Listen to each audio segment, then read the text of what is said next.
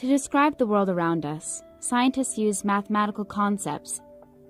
Mathematics teaches us to tackle complex phenomena by starting with the simplest parts. For example, a ski jump has a complex trajectory, which includes the in-run, the takeoff, the flight, and the landing. How far the skier can jump depends on many factors, including the shape of the in-run, the position of her body, and even the weather on that day.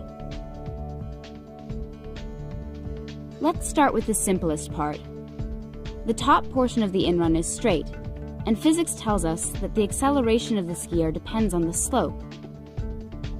But what is slope? The mathematical concept of slope is defined in a two-dimensional coordinate system for a line. Pick any 2 points on the line. Measure the horizontal and vertical displacement of the second point from the first one. The slope is defined as the ratio of the vertical displacement over the horizontal.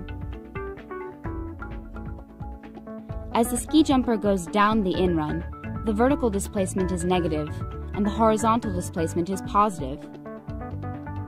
Therefore, the slope is negative. The slope of a line does not depend on the 2 points you pick. This can be demonstrated by using similar right triangles.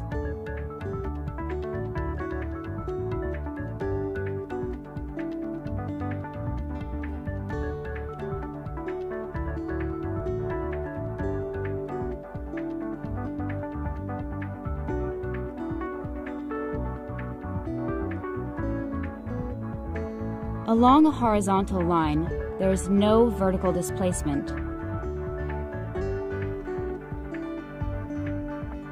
Therefore, the slope of a horizontal line is 0.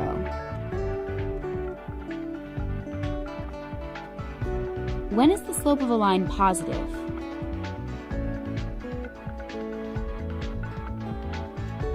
What about this line?